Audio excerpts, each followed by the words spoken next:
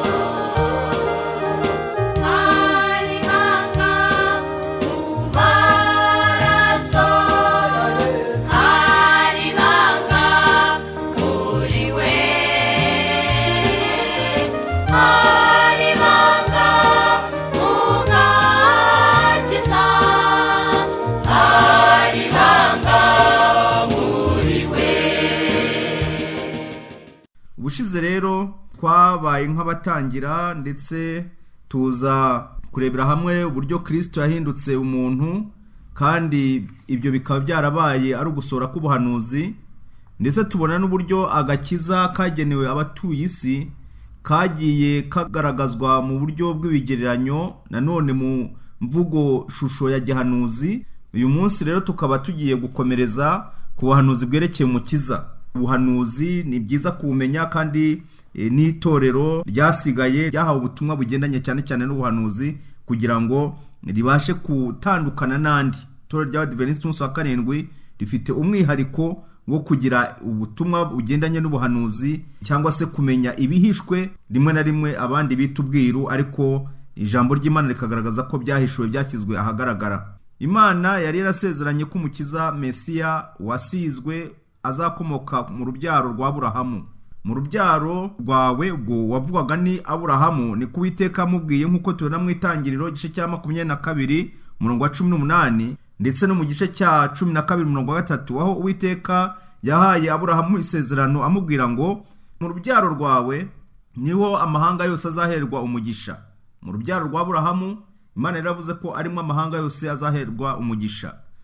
Uretse no kuba wenda byarabwiwe Aburahamu, Yesaya we yari yarahanuye ko umukiza yajyaga kuza nk'umwana w'umuhungu, kandi akaba afite kamere y'ubumana na kamere y'ubumuntu. Kristo cyangwa se ntama w'Imana, bya bitambo byasuraga byose yagombaga kuza ari Imana muntu. Tugiye kurebera hamwe ubuhanuzi bwavuze ibya Kristo umwami, akavugwa uburyo azaza. Umuhanuzi Yesaya yabivuze mu gice cya 9 ku murongo wa 6. Muri Bibiliya zimwe usanga ari umurongo wa 5, ariko amagambo cyangwa se babyanditswemo birahura.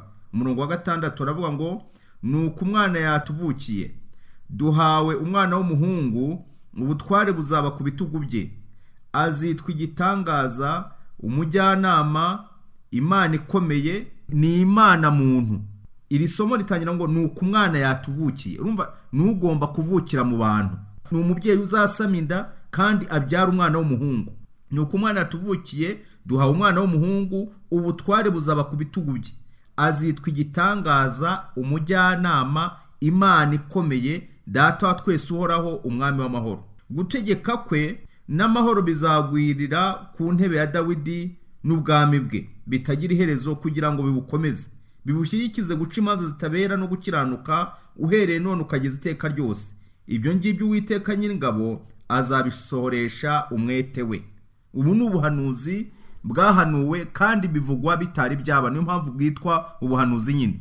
Uwo mucunguzi yajyaga kwima ingoma ya Dawidi, nuko agashyiraho ubutegetsi bw'amahoro kandi buhoraho. Ubwami bwe cyangwa se ubutegetsi bwe, hano ku murongo wa 7 hasobanuye yuko bugomba kuba ari ubwami cyangwa se ubuyobozi burangwa n'amahoro. Kandi noneho muri uko kurangwa n'amahoro nuvuga ngo ntabwo bugomba kugira iherezo. Bitewe n'iki? Bitewe n'uko uyu nguyu ni umwami w'abami, niwe uzashyiraho gahunda ihamye, inyomoye, igendanye na gahunda y'isi tubona ya none yamaze kunanirana. Ariko Kristo we ubwami bwe ni ubwami bw'amahoro. Igihe rero Kristo yazaga, himitswe ubwami bw'ubuntu, ikirindiriwe ni ubwami bw'ubwiza. Uwo mucunguzi yajyaga kwima ingoma ya Dawidi, nuko agashyiraho ubutegetsi bw'amahoro kandi buhoraho. Mu mudugudu w'i Betelehemu niho yari kuvukira, nk'uko Mika yari yarabihanuye avuga ati, Betelehemu Efurata, uri muto mu bihumbi, ariko muri wowe niho azaturuka uzaba umucunguzi w'amahanga. Ubu rero nuvuga ngo Mika we yari yaravuze ahantu neza neza asobanura umudugudu yagombaga kuvukiramo. Ukuvuka kw'Imana muntu kwari ukudasanzwe. Isezerano rishya risubira mu magambo ya Yesaya igice cya 7 umurongo wa 14, nicyo kizatuma Uwiteka ubwe ari uzabihera ikimenyetso. Dore umwari azasama inda, azabyara umwana w'umuhungu, amwite izina Imanueli. Ni ukuvuga ngo Yesaya nk'umuhanuzi ntabwo yagaragaje yuko Kristo azaza nk'Imana muntu gusa, ahubwo yageze igihe avuga n'izina rye, ahanura izina zitwa. Noneho muri Matayo igice cya 2 umurongo wa 23, marayika w'umwami Imana yongeye kubibwira Yosefu amubwira ati, witinya, wigira impungenge zo kuzana umugeni wawe ngo mubane, kuko inda afite ni inda yasamwe mu buryo budasanzwe, ni ya Mwuka Muziranenge, kandi dore agiye kuzabyara umwana w'umuhungu, azitwa Imanueli. Ari byo bisobanura ngo Imana iri kumwe natwe. Ni ukuvuga ko Kristo kuza kwe mu isi ari Imana muntu, ni Imana yigize umuntu. Ibyo tubibona muri Matayo igice cya 2 umurongo wa 23. Umurimo Umukiza yajyaga gukora uvugwa muri aya magambo, umwuka w'Imana ari kuri jye, kuko yansigiye kugira ngo mbwirize abakene ubutumwa bwiza. Uyu ni Kristo ubwe watanze ubwo buhamya, tubona muri Luka igice cya 4 umurongo wa 18 na 19. Ariko nanone Yesaya yari yarahanuye uko azaba ateye mu gice cya 61 umurongo wa 1 n'uwa 2. Yantumye gukiza abafite imitima imenetse, yantumye kumenyesha imbohe ko zibohorwa, n'impumyi ko zihumuka, no kumenyesha abantu iby'umwaka umwami Imana agiriyemo imbabazi. Nubwo byaba bigaragara nkaho atari ukuri, Mesiya yajyaga kwangwa, yajyaga kuza ameze nk'igishyitsi cyumburira mu butaka bwumye.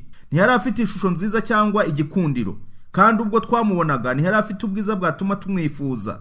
Yarasuzugurwaga, akangwa n'abantu, yari umunyamibabaro wamenyereye intimba, yasuzugurwaga nk'umuntu abandi bima amaso, natwe ntitumwubahe. Ibi tubibona muri Yesaya igice cya 53 umurongo wa 2 ndetse kugeza ku murongo wa 4. Kristo twibuka yuko mu gihe yazaga, abantu bamwe wasangaga basa naho bamukerensa cyangwa se bamuhinyura bashingiye ku muryango yavutsemo, bakavuga ngo none se si uwo kwa Yosefu wahamubaji. Ukabona barasa naho bagenda bagerageza gukerensa no gusuzugura abandi, bakagerageza kureba uburyo banyega, bapfobya ubutumwa atanga, bavuga batari ko uko mubizi ni iki cyiza cyaturuka i Nazareti, kubera ko i Nazareti ariho yakuriye, ariho yarerewe. Bati nta cyiza mu mateka ya Nazareti gishobora kuhaturuka. Satani yakoze ku buryo bwose bushoboka kugira ngo umurimo Kristo akora cyangwa se ubutumwa azavuga abantu be kubaha agaciro. Niyo mpamvu Yesaya bibonye mbere y'igihe akavuga ati, ntabwo yari afite ishusho nziza cyangwa igikundiro, kandi ubwo twamubonaga ntiyari afite ubwiza bwatuma tumwifuza. Yarasuzugurwaga, akangwa n'abantu, yari umunyamibabaro wamenyereye intimba, yarasuzugurwaga nk'umuntu abandi bima amaso, natwe ntitumwubahe. Inshuti ye ya bugufi yajyaga kuzamugambanira. Ibi tubibona muri Zaburi ya 41 umurongo wa 10. ikamugurisha ibice by'ifeza 30. Ibice by'ifeza 30 ahari ushobora kubyumva ukumva ko yari amafaranga makeya, ariko ntabwo yari makeya mu gihe cyayo. Muri icyo gihe byakorwaga, ibyo bice by'ifeza 30 byaravuzwe, ntihavuzwe ibice 5, ibice 10 cyangwa se 15, reka da, ahubwo havuzwe n'umubare w'ibice by'ifeza byagomba gutangwa. Ibi bivugwa n'umuhanuzi Zekariya mu gice cya 11 umurongo wa 12. Mu gihe acirwaga urubanza yagombaga gukubitwa akagirirwa nabi, nk'uko Yesaya nanone umuhanuzi yongeye kubivuga mu gice cya 50 umurongo wa 6. Abasirikare bagombaga gufindira imyambaro ye. Zaburi ya 22 umurongo wa 18 hagaragaza ko imyambaro Kristo yari yambaye, ubuhanuzi bwari bwaravuze ko bazayikorera ubufindo kugira ngo hagire uyegukana. Noneho ikindi gitangaje, nta gufwa rye ryagombaga kuzavunika. Zaburi ya 34 umurongo wa 20. Ibi ngibi tubyibuke neza, nigeze kubivugaho. Niyo mpamvu mu gihe Abisiraheli bavaga mu Egiputa mu ijoro ryageranijwe n'ijoro rya Pasika cyangwa se Passover kunyuraho, igihe marayika murimbuzi yatambukaga ku mazu y'Abisiraheli cyangwa se ingo zabo, ntihagire umwana w'imfura upfa muri iyo miryango. Ubwo babwirwaga kurya inyama za Pasika, barabwiye ngo bazirye bahagaze bakwesa inkweto kandi ntibagire igufwa bavuna. Ibi byose byari ubuhanuzi bugaragaza ko Mesiya igihe nikigera akabambwa agapfira abanyabyaha, ubwo azaba yashyizweho ibyaha by'abari mu isi, nta gufwa rye rizigera rivunika. Kubera iki? Ibyo byakorwaga mu gihe abantu babaga babambwe ku misaraba, abantu baciriwe urwo gupfa cyangwa se babazwa nk'abagome kabuhariwe.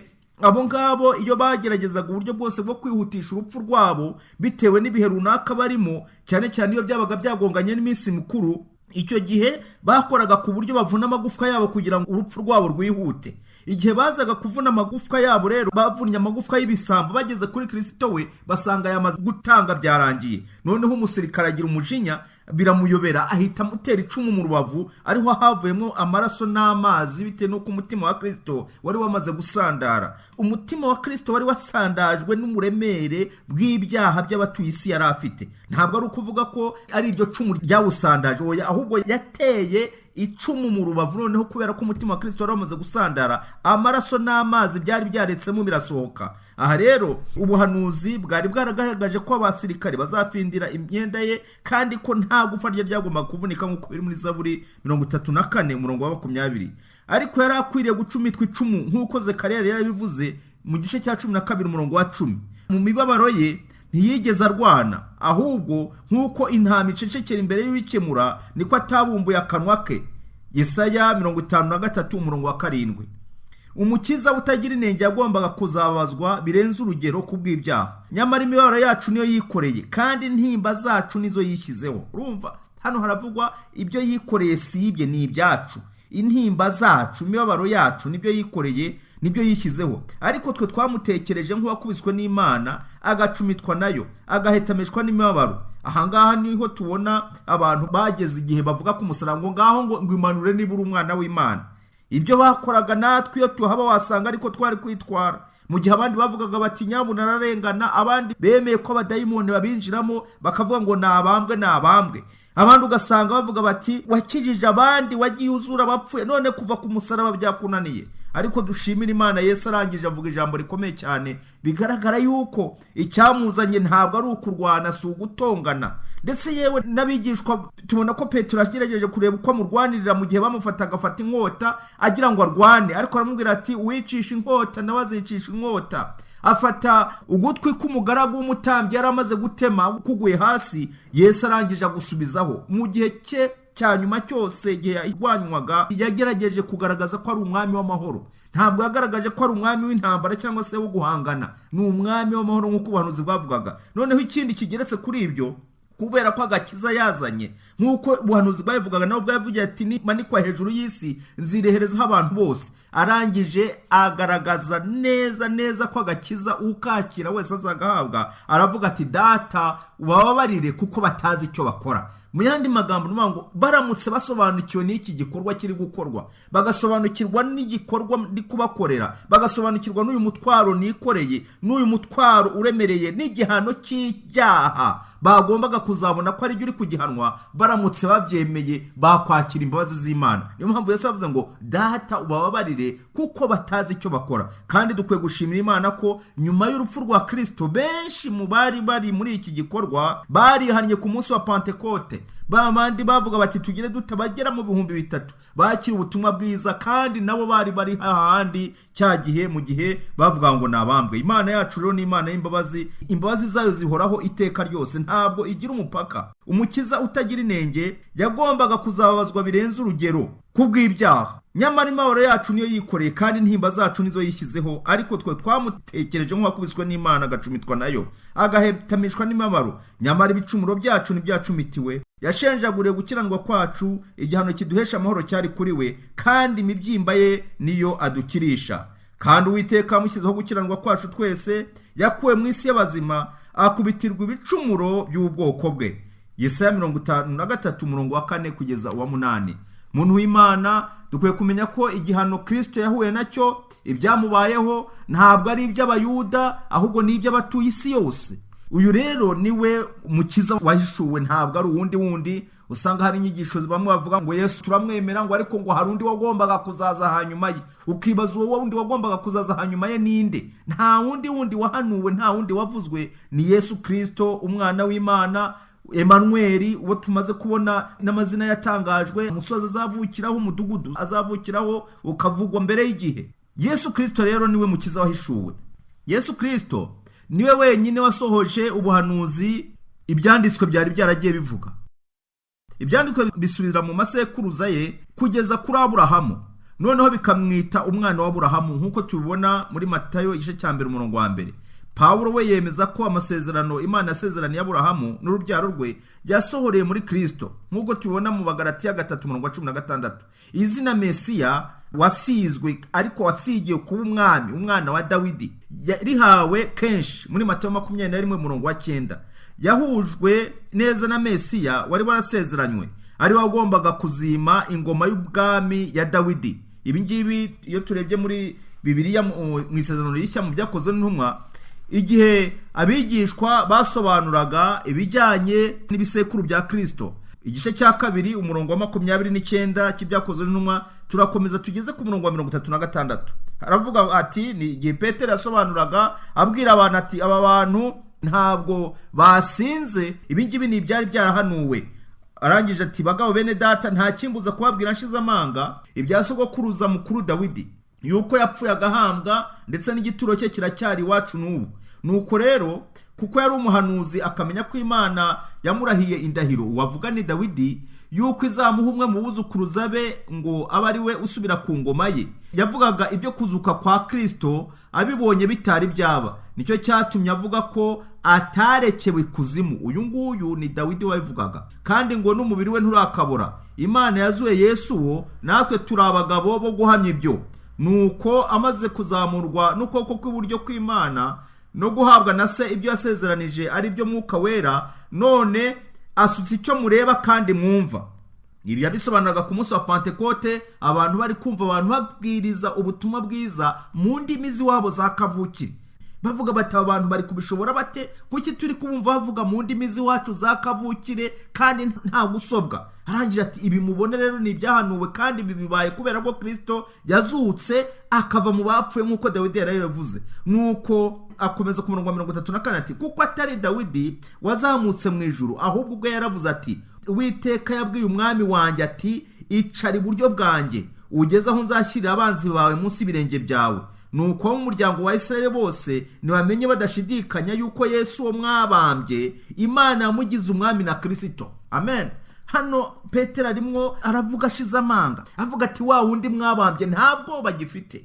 wa wundi mwishe, wa wundi mwagiriye nabi yarazutse, kandi turabagabo bo kubihamya kuko yazutse, turabizi, twabonanye nawe na nyuma y'umuzuko. Arangije ajya mu ijuru nk'uko asezeranye avuga ati nzabohereza umufasha, Mwuka Muziranenge uzabana namwe. Dore ibyo yasezeranye nibyo bibaye uyu munsi. Bityo rero mumenye yuko Dawidi nawe ubwo yamwise umwami we, kandi Dawidi ntabwo ari wazamutse ngo ajya mu ijuru, ahubwo Dawidi igituro cye n'ubu kiracyahari. Ariko yageze igihe Dawidi avuga ati Uwiteka yabwiye umwami wanjye ati icara iburyo bwanjye ugeze ubwo nzashyira abanzi bawe munsi y'ibirenge byanjye. Biragaragaza ko iherezo uzatsinda, umuneshi, umwami w'abami nta hundi uzarangiza uru rugamba, kandi akarangiza ari umuneshi. Nk'uko tubona mu Byahishuriwe bavuga ngo yari yicaye ku ifarashi y'umweru, kandi ngo agenda anesha, ahora anesha by'iteka ryose. Nta wundi rero ni Yesu Kristo. Hano rero nk'uko tubibona nuvuga ngo izina rye ryari ryaravuzwe. Dawidi nawe ubwe yagerageje kugaragaza uwo ari we, kandi noneho mu Byakozwe n'umwatweretse uburyo Dawidi yasobanuye ibye kugeza ku iherezo ry'urugamba.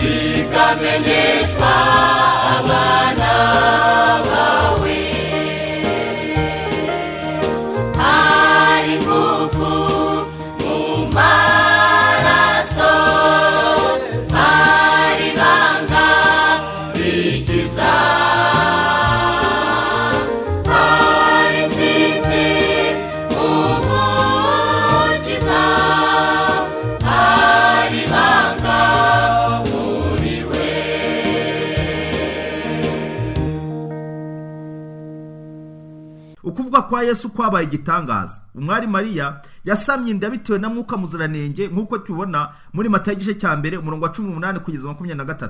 Itegeko ry'Abanyaroma ryatumye ajya i Betelehemu. Hari harahanuwe ko umukiza azavukira. Ibi tubona muri Luka igice cya 2 umurongo wa 4 kugeza wa 7. Hatangwa itegeko teka rivuga ko abantu bose bagomba kujya kubarurwa. Muri uko kubarurwa nuvuga ngo umuntu wese yagombaga kujya kubarurirwa kuri gakondo. Reka tubirebe mu gice cya 2 cy'ubutumwa bwiza bwanditswe na Dr. Luka. Reka mere ku murongo wa mbere. Nuko muri iyo minsi itegeko riva kwa Kaisari Augusto ngo abo mu bihugu bye bose bandikwe. Uko niko kwandikwa kwa mbere kwabayeho. Koruneliyo ategeka Isiriya. Bose bajya kwiyandikisha, umuntu wese ajya mu mudugudu w'iwabo. No kuvuga ngo umuntu wese yagombaga kujya kwivuka mu mudugudu w'iwabo, nubwo waba waragiye gupagasa, waragiye gushakishiriza ubuzima ahantu runaka, ariko igihe kibarura wagombaga kujya kuri gakondo. Yosefu nawe ava i Galilaya mu mudugudu w'i Nazareti ajya i Yudaya mu mudugudu wa Dawidi witwa i Betelehemu, kuko yari uwo mu nzu ya Dawidi no mu muryango we. Ajya kwiyandikishanya na Mariya we yasabye wari utwite.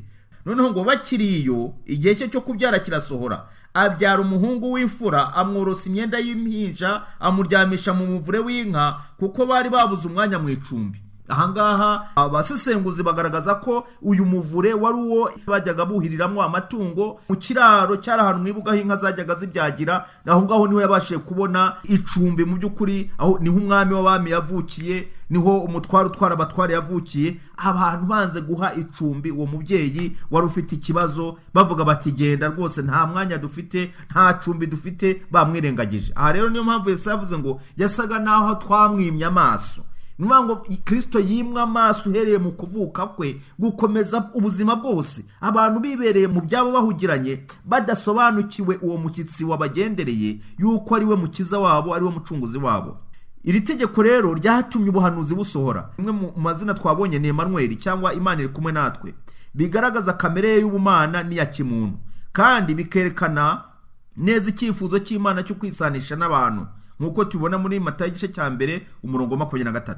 izina rye rimenyerewe ari ryo rikunze kuvugwa Yesu ryari rishingiye ku murimo we w'agakiza, kuko marayika yamubwiye abwira Yosefu ati kandi uzamwite Yesu kuko ari we uzakiza abantu be ibyaha byabo. ibi tubibona ku murongo wa 21 w'igice cya mbere cyo mu butumwa bwiza bwanditswe na Matayo.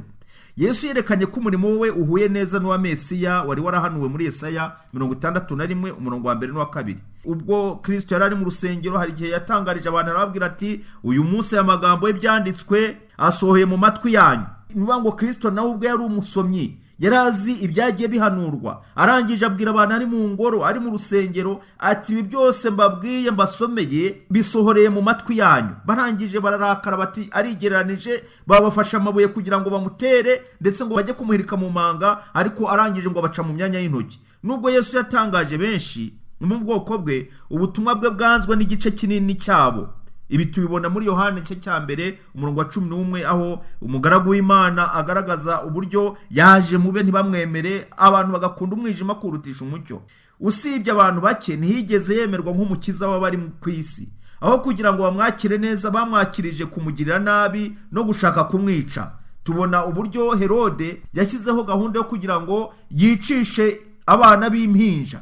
muri Yohana igice cya 5 umurongo wa 16, igice cya 7 umurongo wa 19, igice cya 11 umurongo wa 53, aho mu butumwa bwiza bwanditswe na Yohana hagaragaza uburyo hagiye habaho ibico bitandukanye, yewe ndetse uhereye no mu gihe yari akiri uruhinja. byageze igihe abanyabwenge baza kumuramya, baje kumuramya. noneho bageze i Yerusalemu basanga abantu barahugiranye, babaje bati umwami wavutse arihe? bati ntawe tuzi. birahwihwiswa, biragenda bigera ibwami, bigera kwa Herode. Herode aravuga ati reka njye kubaza abantu bahora mu byanditswe byera, muri bya bitabo by'imizingo by'abahanuzi, niba hari amakuru bafite bambwire. inama iterana igitaraganya, bati nimujye gushakisha Herode, hari amakuru akeneye. barangije baravuga bati dusanze rwose agomba kuvukira i Betelehemu, niho havuga ko umukiza azavukira. barangije nibagira n'amatsiko bavuga bati reka tujyeyo turebe niba ari byo koko, tujyane n'abo bantu bari kubaririza. ahubwo bajyana amakuru kwa Herode. Herode nawe arangije arababwira ati nimugende, abwira abanyabwenge ati bambwiye ko ari Betelehemu, ko ariho hashobora kuvukira umwami, nimujyeyo nimumubona muzagaruke mumbwire. Imana yacu ni Imana y'igitangaza. ese kuki Herode atahagurutse ngo ajyane nabo? kuki abo batambyi n'abayobozi b'idini batahagurutse ngo bajyane nabo banyabwenge? baravugaga batabangaba ntabwo tubamenyere muri gahunda z'itorero, ntabwo dusanzwe tubazi, ntabwo ibyabo twabiha agaciro. Herode nawe arangije aravuga ati aba n'abantu bifitiye amakuru y'ibihuha, nimugende nimubona ari byo muzaze mutubwire nawe tuzagiye tumuramye. ariko burya byose Imana ibibizi. baragenda bagezeyo, ya nyenyeri yari yaje barangaje imbere. bamaze gusohoka muri Yerusalemu, babona ya nyenyeri irongeye ibagiye imbere, iragenda ibageza i Betelehemu neza neza hahandi muri cya kiraro cy'inka. babona uruhinja rurimo Yosefu na Mariya baraho, barangije bazana amaturo y'igiciro barayamutura nk'abatuye umwami w'ijuru n'isi. bantu b'Imana tugomba kwitonda, hari igihe tuzatungurwa. abantu tutakekaga, abantu twajyaga tugira ngo nta n'icyo bazi ku bijyanye n'Imana, umwuka w'Imana azabagendera bahagurutse mu isaha ya 11 ndetse baze bakora umurimo mu buryo butangaje. bemere gutanga ibyabo, bemere guhara ibyabo, bemere gutanga igihe batanga ubutunzi kugira ngo umurimo w'Imana urangizwe, mu gihe abandi bo babiryamyeho baranze kugira icyo barekura kugira ngo umurimo w'Imana ukorwe. aba banyamahanga ubutunzi batanze nibwo bwafashije Yosefu na Mariya mu urugendo bahise bakora rwihuse cyane rwo guhunga, kuko Herode yategereje ko abantu bagaruka araheba. Bitewe n'iki se? Marayika w'Imana yababonekeye nijoro avuga ati nimusubire kwa Herode, kuko igituma yababwiye ngo muzasubire si inkuru nziza kuri we, ahubwo aragira ngo abone uko amwica. Nimwinyurire indi nzira mugende. Maze marayika abwira Yosefu ati hungisha umwana na nyina rero mujye mu Egiputa, mugumeyo kugeza igihe umugenzereza azaba atakiriho. Bantu b'Imana, abanyafurika bakwiye kumenya yuko bagize umugisha wo guhungishirizwaho umukiza w'abari mu isi. Nubwo hagiye havuka ibibazo bitandukanye, rega Afurika ifite umugisha. Iyaba twabimenyaga. Uzi yuko amategeko 10 y'Imana n'uyu munsi wa none Imana agaragaje agenga isi yose ariho hantu yandikiwe. Byabaye ngombwa ko uyu mugabane wakira Mesiya mu gihe ahandi hose hari habuze ubuhungiro. Ariko abanyafurika dukwiye gusaba Imana kugira ngo rwose mu ijuru twe kuzaburayo, kuko byaba ari akaga. Aha hantu habaye umugabane wahawe umugisha mu buryo butangaje, ariko se turabimenya? Bantu b'Imana, Yesu Kristo yararwanyijwe uhereye mu kuvuka kugeza i Karuvari, ariko dukwiye gushima Imana yuko nubwo yarwanyijwe gute ni umuneshi, ntabwo bivanaho ubudahangarwa bwe. Izina ry'Imana rihimbazwe. Ni icyifuzo cy'Imana yuko Yesu Kristo abana n'abantu, agomba gukorana, bagakora mu ntekerezo zabo, agakora mu mitima yabo. Iryo zina Yesu ryari rishingiye ku murimo w'agakiza, kandi byasobanuye ko ari uzakiza abantu ibyaha byabo. Ntabwo abantu babasha gukirizwa ibyaha ku wundi muntu. Hari igihe abantu bajya bahangara bakiha ububasha bwo gukiza ibyaha. Nta wundi ngo kuko azitwa Yesu, kuko ari uzakiza abantu be ibyaha byabo. He kuzagira umuntu uhirahira ngo yumve yuko hari abantu yakiza ibyaha. Oya rwose, nta wundi, nta rindi zina, nta handi, nta cyanzu kindi gihari. Oya, ahubwo ni Yesu Kristo wenyine. Usibye abantu bake ntiyigeze yemerwa nk'umukiza wari mu isi rwose, aho kugira ngo bamwakire neza bamwakirije kumugira nabi nk'uko twayibonye. Yegereje iherezo ry'imyaka 3 n'igice yamaze akora umurimo we w'ibwirizabutumwa, umwigishwa we Yuda Isikariyote yaramugambaniye. Ibi tubibona muri Yohana igice cya 13 umurongo wa 18 ndetse n'igice cya 18 umurongo wa 2. Amugurisha ibice by'ifeza 30 nk'uko byari byarahanuwe. Aho kugira ngo ahangane n'abamurwanyaga, Yesu yanabuzaga abigishwa be kumurwanirira. Yarababwiye ati rero mwindwanira, kuko iyo mbishaka mba nategetse ijuru rikanyoherereza abamarayika baza kundwanirira. Ati hari ingabo mu ijuru, nasize ingabo nyinshi kandi zifite ububasha, ndetse na marayika umwe arahagije kugira ngo bose abacecekesha bamareho, ariko ntabwo nigeze nkoresha imbaraga zo kugira ngo nshoze urugamba. Ibi tubibona mu butumwa bwiza bwanditswe na Yohana igice cya 18 umurongo wa 4 kugeza ku wa 11. Nubwo atarafite igicumuro icyo ari cyo cyose, mu masaha atageze kuri 28 nyuma yo gufatwa kwe, yari yakubiswe, yababajwe, yaciriwe urubanza rwo gupfa, nyuma aranabambwa. Mwumve ibi bintu ukuntu byihutishijwe. Ngo umuntu gufatwa nta cyaha runaka, agahita acirwa urubanza rwamara gucirwa agahita akatirwa. Ngo nta no kujurira, nta kugira gute, bakagerageza uburyo bwose bihutisha ibyo bintu bigakorwa mu gihe gito gishoboka. Bagerageje uburyo bwo kwihutisha ibya Yesu, ndetse ngo n'abari basanzwe bafitanye amakimbirane, basanzwe badafite ubwumvikane mu buyobozi bwabo, ngo ibya Kristo byatumye rwose ngo basa n'abiyunze kugira ngo babone uburyo bamwikiza. Bitewe n'iki? Bose bumvaga yuko ari umwami, akavuga bati umunsi yimitse ubwami tuzabigira dute? Umuntu ugaburira abashonji, umuntu uzura abapfuye, umuntu w'umura impumyi, ibipfamatwi birumva, abamugaye barasimbuka bakagenda, uyu nguyu ubwami bwe twazabukizwa n'iki? Barangije bumva bati afashwe bati tekereza kugeza igihe bavuze bati mva turabigenza dute? Rimwe bashatse kumutega imitego akayisimbuka, ariko bati tuzamushyikira dute?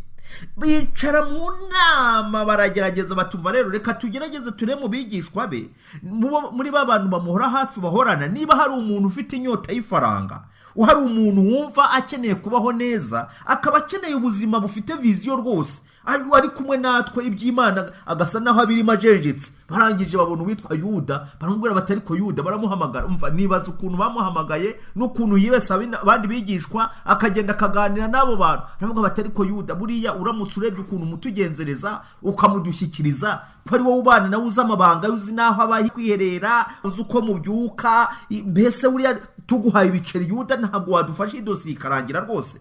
Yuda arangije agirana n'amasezerano, bajya no mu biciro, ati muzanyishyura iki? arangije nk'umuntu wari umubitsi wabo aravuga ati cyakora muramutse mumaha ibice by'ifeza 30 nazabibyazamo umusaruro. Bati rwose ibyo ngibyo nta kibazo, ayo mafaranga baremera barayatanga. Maze Yuda arangije nibwo yavuze ati amafaranga ubwo maze kumvikana nabo nkaba ngiye kuyacakira rwose, ndabizi ngewe nzirira inote, ariko rwose burya ngo Yuda yabikoze avuga ati ndabizi niho azamushobora. Kuko nta ibintu byose kuri we, umuntu utegeka inyanja ikamwumvira, abadayimoni agategeka bakiruka bagahunga, bazamushoboza iki? Arangije Yuda yumva yuko agiye kuzirira amafaranga kandi na Yesu nibamushobore. Muntu w'Imana, Satani ni umuhanga, ni umugome, agerageza uburyo bwose bwo kugucenga no kugerageza kukwereka yuko ushobora gukora ikibi n'ingaruka ntizizagaragare, ariko iyi saha igeze arakwitaka nakagushyira hariya ku karubanda rwose neza akagaragaza ko rwose nta mana wigeze ugira. Aha rero tubona yuko Yuda yagize gutya, yemera amafaranga. Aba basirikari nanone tubona yuko bagiye impaka ndende ku myambaro ye. Ibyo byari ubuhanuzi. Baravuga bati imyenda ye biragenda bite? Umuntu wari ufite ikanzu itajya ibasha guhindurwa, burya hari igihe abantu bashobora kukugirira ishyari bakagira n'intambara muri bo z'urudaca bitewe n'uko babona uriho. Bavuga bati uyu muntu ko atarwaragurika, ko tubona adakena ngo abe umutindi, ko tubona imyenda ahora akeye, ugasanga kuba ufite akenda ukakamesa ukagatera ipasi ukabona umwenyura usa neza byonyine, nubwo waba umva yewe nubwo waba urya rimwe ku munsi cyangwa se rimwe mu minsi 2, ariko kuba umwenyuye ukeye, ugasanga harimo ati kuki uriya muntu ahora anezerewe, bikamurya bikamujengereza, ugasanga nta mahoro afite. Kuki? Niyo mpamvu habaho inzangano, habaho ubwicanyi, habaho abantu kumva ngo baharuganye bagize bate, kubera ko ntabwo banyuzwa n'uko kuntu umuntu ariho. Ntibamenye yuko umuntu niba ahora akeye anezerewe ari umugisha afite, kuko bagome bari kugabanuka. Ariko ugasanga avuga ati uyu mwambaro ahora yambaye utajya wandura, ntucuyuke, imyaka yose twamubonye ko bisa naho bigaragara ko yikanzu uko akura nayo ari kwikura, mbese tuzayimuvanaho dute? Barangije rero wari umwenda umwe kandi aho urwanira ari benshi, barangije ngo bakora ubufindo kugira ngo hagire uwegukana. Bantu b'Imana, hari igihe abantu bavunwa n'ibitari ngombwa rwose. Aba basirikare bagiye impaka ndende ku myambaro ye. Muri Yohana igice cya 19:23-24, mu gihe yabambwaga nta gufwa na rimwe ryavunitse, nk'uko tubona muri Yohana igice cya 19:32 ndetse n'umurongo wa 33 n'uwa 36 nk'uko nigeze kubivuga. Na nyuma yo gupfa kwe abasirikari bati ku icumu mu rubavu rwe, nk'uko tubibona muri Yohana igice cya 19 umurongo wa 34 na 37. Abayoboke ba Kristo babonye mu rupfu rwe igitambo cy'agaciro cyo gukuraho ibyaha. Ariko Imana yatweretse ukuntu idukunda igihe Kristo yadupfiraga tukiri abanyabyaha, nk'uko tubibona mu Baroma igice cya 5 umurongo wa 8. Kandi noneho ngo kandi mugendere mu rukundo mukurikije icyitegerezo cya Kristo wadukunze akatwitangira kuba ituro n'igitambo cy'Imana n'umubabwe uhumura neza. Umubabwe uhumura neza. Mu Efeso igice cya 5 umurongo wa 2, waruzi yuko mu bitambo byatambwaga hagombaga kubamo n'icyitwaga amaturo ibihumura neza nk'imibavu, byakoreshwaga ku cyotero cy'imibavu. Ibi rero hano niyo mpamvu byagereranyaga Kristo ngo kandi mugendere mu rukundo mukurikije icyitegerezo cya Kristo wadukunze akatwitangira kuba ituro n'igitambo cy'Imana n'umubabwe uhumura neza. Ibi ngibi byabaga bigaragaza ko gahunda y'ubuturo bwera iri gukorwa, ibitambo biri gutangwa bishushanya ntama w'Imana uzaza, ariko wa mubabwe wahumuraga neza igihe babaga bafite cya cyotero. Iyo mpumuro y'ibyo bihumura neza byashyirwaga ku cyotero byaragendaga bigatama mu mpande zose enye z'ubuturo, abazengurutse ya miryango 12 uko izengurutse ihema ry'ibonaniro cyangwa se ubuturo bwera, bose bakumva iyo mpumuro. Uwo mubabwe washushanyaga Kristo we mubabwe muzima, we ubasha gukurikirana amasengesho y'abera kandi akumva kuniha kwabo agasubiza gusenga kwabo.